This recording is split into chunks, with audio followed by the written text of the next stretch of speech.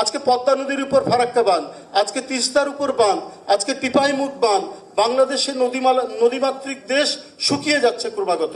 আমরা যদি আমাদের নিজের স্বার্থে, তৎকালীন রাষ্ট্রপতির স্বার্থে সেই হাওরের উপর দিয়ে যদি আমরা রাস্তা করি, তাহলে ওই হাওর টিকবে? এইটা টিকবে না। এটা হচ্ছে ইকোলজিক্যালি একটা ক্রিটিক্যাল এরিয়া। সুন্দরবন একটা ক্রিটিক্যাল এরিয়া। আপনার সর্ববৃহৎ কোরাল রিফস দ্বীপ হচ্ছে সেন্ট মার্টিন দ্বীপ। সেই সেন্ট মার্টিন দ্বীপকেও আমরা সংকুচিত করছি, নানাভাবেই আমরা এটাকে ক্ষতিগ্রস্ত করছি। এরকম ইকোলজিক্যালি যে সমস্ত ক্রিটিক্যাল এরিয়াগুলো আছে, এটাও আমাদের সংযুক্ত রাখতে হবে।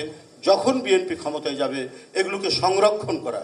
এমন কিছু কিছু কাজ আছে যেগুলো আমরা বলি না। আপনারা জানেন যে ইম্পোর্ট সাবস্টিটিউট যে আইটেমগুলো হতে পারে, যেমন আদা, রসুন, এর জন্য বেগম জিয়ার সরকার লাস্ট টাইম 2001 থেকে 2006 পর্যন্ত ইন্টারেস্ট রেট করেছে না অনলি 2%।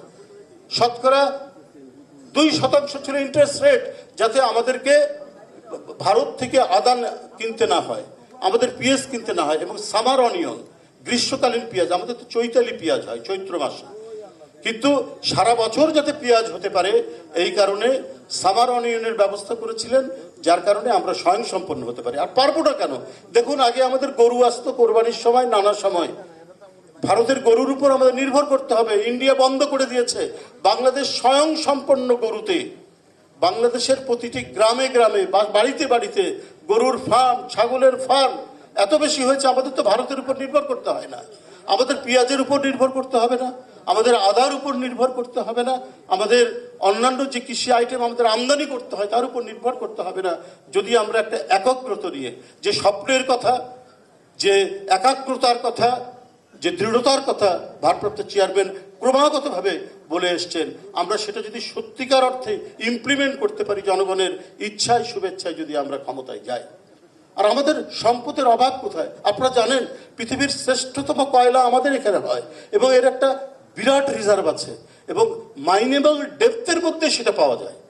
যে যতটুকু মাইনিং করা যায়, খনন করা যায়, তার মধ্যেই এটা পাওয়া যেতে পারে। পিট কয়লা, পৃথিবীর সবচেয়ে উৎকৃষ্ট মানের পিট কয়লা আমাদের এখানে আছে। আমাদের কাচের জিনিসপত্র তৈরি করার জন্য গ্লাস স্যান্ড পর্যাপ্ত আছে বাংলাদেশে। আমাদের চীনামাটির জিনিসপত্র তৈরি করার জন্য অনেক উপাদানের মধ্যে একটা হোয়াইট ক্লে, সেটাও প্রচুর পরিমাণে পাওয়া যায় চীনামাটির ক্রোকারিজ করার জন্য। অর্থাৎ ভারী ইন্ডাস্ট্রি করার জন্য আমাদের যে লোকালাইজেশন অফ র মেটেরিয়ালস, এই র মেটেরিয়ালসের কিন্তু তেমন যে খুব একটা অভাব আছে, সেরকম তেমন অভাব নেই। হয়তো কিছু ইম্পোর্ট করতে হবে অন্যান্য রাষ্ট্রেরই, এসব বিষয়গুলো। যাই হোক, আমি বক্তব্য দীর্ঘায়িত করবো না। আপনাদের বক্তব্যের মধ্যে থেকে যে উন্মাদনা, যে প্রাণের সঞ্চার হয়েছে, আজকেতে শত শত তরুণরা এখানে বসে আছে, প্রায় 1400 তরুণরা, তারা উদ্বুদ্ধ হবে এবং তারাও ভাববে এটাই তো জাতীয়তাবাদী রাজনীতি। জাতীয়তাবাদ মানে কি? অত বড় বড় পণ্ডিতের ব্যাখ্যার দরকার নাই। জাতীয়তাবাদ মানে হচ্ছে অহংকার, নিজের সম্পর্কে অহংকার, নিজের দেশ সম্পর্কে অহংকার, নিজের স্বাধীনতা নিয়ে অহংকার। ওই যে একটা ছেলে প্রশ্ন করলো না যে আমাদের 71, 52 তো আমাদের অহংকার, 71 আমাদের অহংকার। কারণ এই 71-এর সাথে বিএনপির নেতৃত্ব জড়িত, যে কথাটি এখানে মাহাদি বলে গেল। 90 আমাদের অহংকার, 2400 আমাদের অহংকার।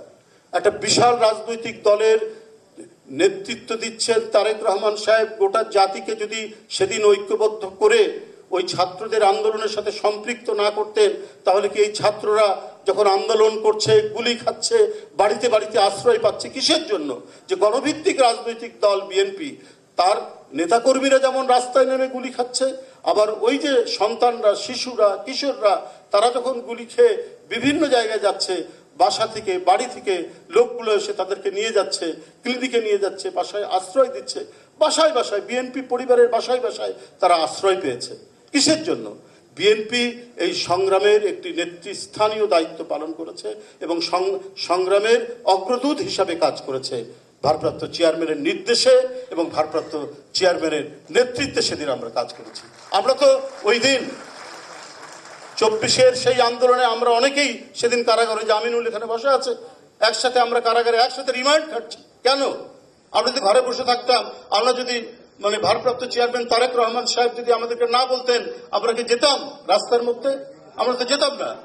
তো উনার এই সংগ্রাম যাতে বিজয় হয়, শেখ হাসিনার যাতে পতন হয়, আমাদের বহুদলীয় গণতন্ত্র যাতে প্রতিষ্ঠা পায়, এই কারণে আমাদের মতো কর্মীরা আমরা সেদিন রাস্তায় নেমেছিলাম বলে আমাদের নিপুণ তোর কেবল তার একটা সার্জারি হয়েছে, ও বেচারিকে দেখলাম যে ওই অবস্থায় তাকে ধরে নিয়ে এসে ইয়ের মধ্যে নিয়ে গেছে। এই যে টোটাল যে মানে যে ঘটনাটা আন্দোলনে, তো 24 কার অর্জন? 24 বিএনপির অর্জন। এবং সেই 24, 90, 71, 52 কেন বললাম? 52 ভাষা আন্দোলনের অনেক নেতা বিএনপির গুরুত্বপূর্ণ নেতা ছিলেন, বিএনপি এখনো বেঁচে আছেন। ব্যারিস্টার জমির উদ্দিন সরকার, তাছাড়া অনেকে মারা গেছেন কারণ তাদের বয়স হচ্ছে।